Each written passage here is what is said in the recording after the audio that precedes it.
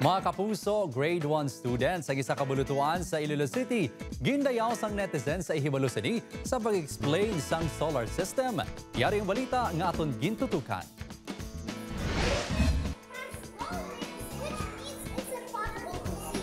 Ginkalingawan sa social media ang ining grade 1 pupil sang University of San Agustin Basic Education Department bangod sa matalun sa isa nga pag-eksplikar sang solar system gamit ang isa ka interactive playboard. Daw kaangay nga manunudlo na ini bangod eksperto sa gina-explain nga mga butang. Suro sa academic supervisor sa elementary education sa Balatuan, ginkuhaan sa isang video ang estudyante bangod nakibot siya sa abilidad sang bata sa ginihiwat nga science fair sang nagligad ni Simana. We were amazed to know he can mention the figures, so mga how far, ang mga distance nga pila ka light years. Ang viral nga bata ang ginkilala kay Gil Miguel Faloria sang Pavia, Iloilo. Ngaliwat nag-sample sa news team sang ginhimo sini kag nagpasundayag sang nabalaan sa mga planeta, bulan kag iban pa nga konsepto. Mars also has alien life, including Venus.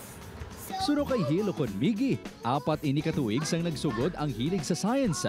Sa free time sini, nagabasa siya sang libro kag nagalantaw sang educational videos. When my class finish, I sometimes go to the library to learn more and more. And then? Like organs. Science is my favorite. So I'm gonna be a mechanical engineer. Suno sa amay sini, wala man sila sang pinasahi nga ginahimo para sa ila bata.